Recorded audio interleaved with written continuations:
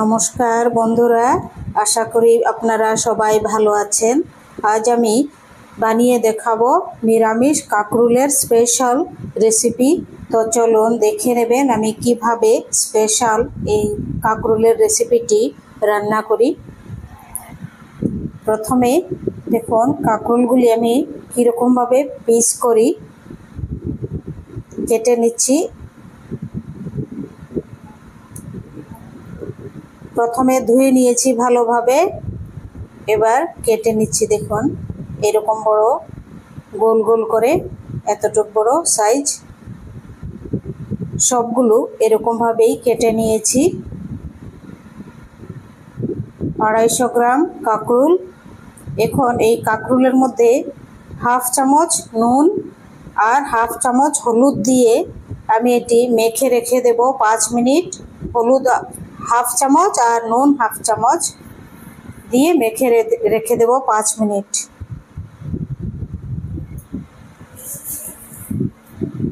এখন একটি তরমুজ নিয়েছি। দেখুন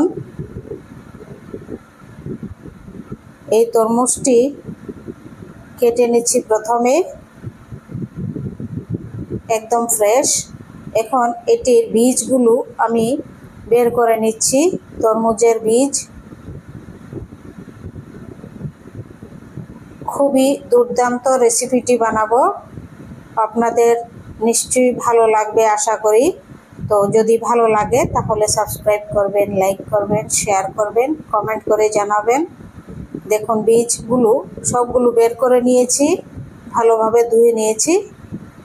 এবার মিক্সির জারে এটি পেস্ট করে নেব অল্প একটু জল দিয়ে। দেখুন কত সুন্দর। আর বীজগুলো সবগুলো কালো নয়, কিছু ব্রাউন আছে, কিছু কালো।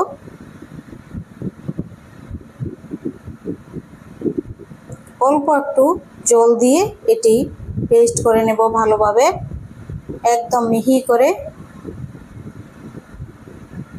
এবার একটি সাদা কাপড়ে এই যে তরমুজের বীজগুলো ছেঁকে নিচ্ছি।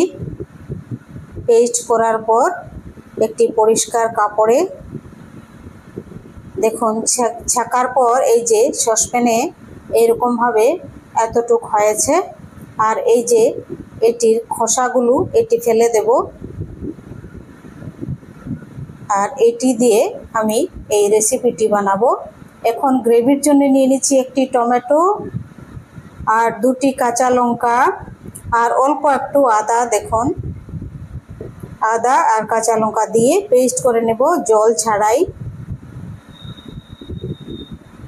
এখন 2 চামচ তেলের মধ্যে এই যে মেখে রাখা কাঁকরোল ভেজে নিচ্ছি।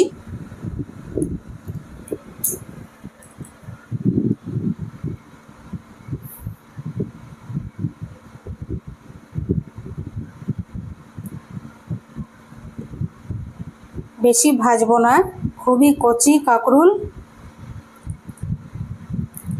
বেশি ভাজলে ভালো লাগবে না। ভাজা হয়ে গেছে, দেখুন তুলে নিচ্ছি, একদম সেদ্ধ হয়ে গেছে।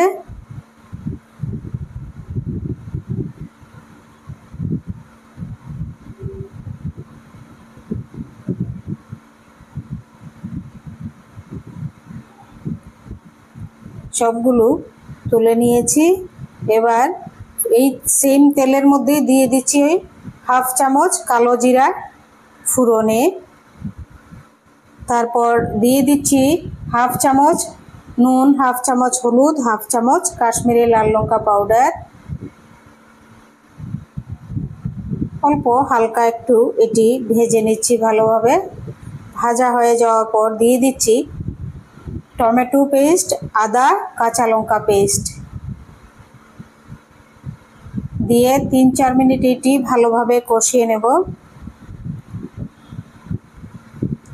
যেন কাঁচা গন্ধ না থাকে। 3-4 মিনিট হয়ে গেছে।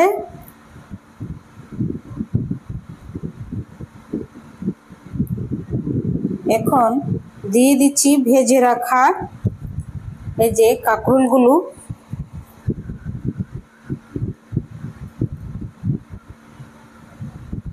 এখন দিয়ে দেব এই যে তরমুজের বীজ বাটা, 1 কাপ।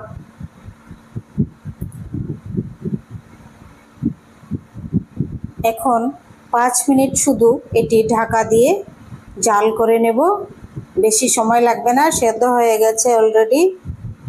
5 মিনিট হয়ে গেছে। দেখুন কত সুন্দর হয়েছে, খুব সুন্দর গন্ধও বেরিয়েছে। এবার দিয়ে দিচ্ছি একটি কাঁচা লঙ্কা। এটির মধ্যে আমি চিনি ব্যবহার করিনি, আপনারা চাইলে চিনি দিতে পারেন। আর ঘি দেওয়ার প্রয়োজন নেই, কারণ এই যে তরমুজের বীজ ওইটির মধ্যেই ঘিয়ের মতোই লাগে, এর জন্য আমি ঘি দিইনি। আপনারা চাইলে ঘি দিতে পারেন। সবাই ভালো থাকবেন, সুস্থ থাকবেন।